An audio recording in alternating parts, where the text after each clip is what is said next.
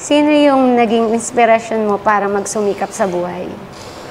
Of course, one, yung pangarap namin mag-asawa, no? Pero looking back, kung saan talaga ako nanggagaling. Kasi dati pa hustle hard na ako eh. Wala pa yung company, wala pa yung business.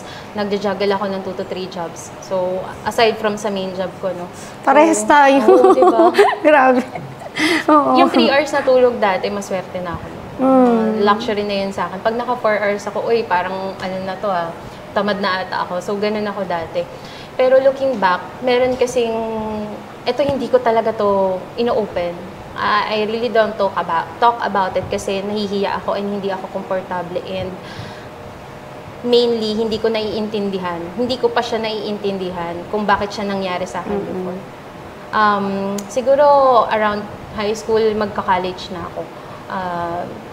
As you know, mga 7 kasi kami magkakapatid, 6 girls. So, medyo, kahit masipag yung parents ko, nahihirapan pa din kasi ang dami namin magkakapatid. And ang mantra ng tatay ko, walang titigil sa inyo mag-aral. Kahit babae kayo, kailangan nakapagtapos kayo. So, ganun yung gusto ng tatay ko.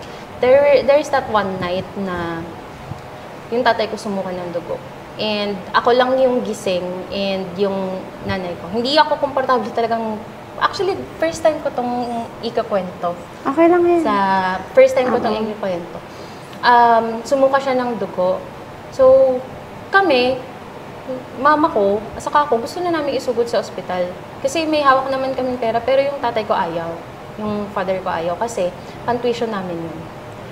So, nung mga panahon na yon, tumatak yun sa akin na kailangan ako mag-success. Kailangan may marating ako sa buhay ko kasi grabe yung sacrifice ng parents ko sa akin. Pero, hindi ko pa siya maintindihan kung bakit kailangan ipagpalit mo yung life mo.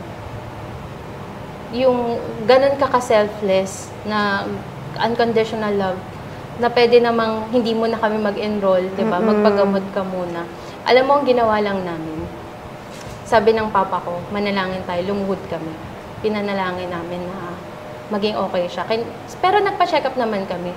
And alam mo, feeling ko, yung moment na yun, tinuro nun sa akin faith na magtiwala din.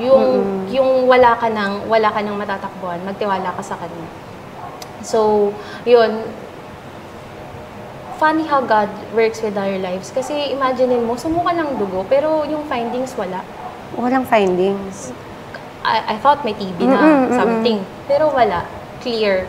Up until na walang naging problema. So, sa hypertension lang daw niya yun. Parang nagdugo nung pag-ubo niya, na persa sa pag-ubo. So, yung moment na yon, tumatak yun talaga sa akin. Sabi ko, dapat may marating ako.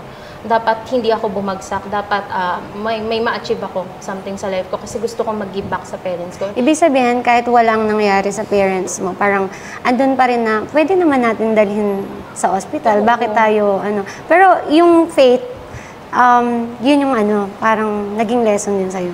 Faith to God. Number one lesson yung faith talaga. Na yung when all else fail, magtiwala ka.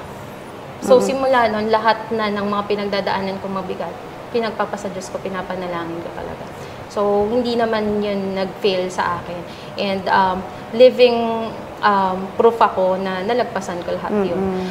Second is how selfless, how great yung parents. Hindi pa kasi ako parent eh. So, hindi ko pa yun masyadong maintindihan. Pero right now... Kasi ang iniisip pa rin niya kayo eh. Kayo yung parang magsasuffer. Hindi ko nga yun maintindihan before. Kaya parang hindi ko siya kinikwento sa mga kapatid ko na nangyari. Kasi hindi ko din kinikwento sa mga kaibigan ko yung nangyari na yun. Kasi hindi ko pa siya naiintindihan. Pero right now, walang rocket science about that. It's about love.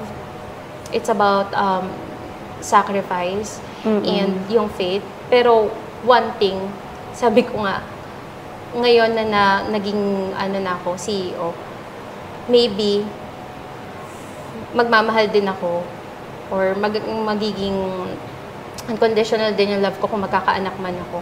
Pero uunahin ko pa rin yung sarili ko kasi paano na lang yung, di ba, yung anak mo or yung company kapag pinabayaan mo yung sarili mo. So, siguro boundaries and limitation pa din. You can love to the fullest. So, kaya ka rin nag-grind. It's because parang gusto mo rin na anytime magkaroon ng problem, meron talagang finances na ang family. Parang yun yung mo. Nakakatakot siya. Nakakatakot na parang bakit tayo pa natin Ayoko na ano? siyang maulit. And also, gusto ko talagang makapag-give back kaming mag-asawa sa parents namin na hindi lang naman yung parents ko yung may sacrifice sa akin, also may husband.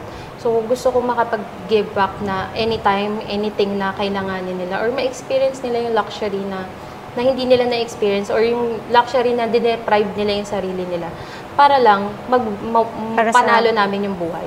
You know, para mag-win kami, they have to lose so much. Diba? Yun.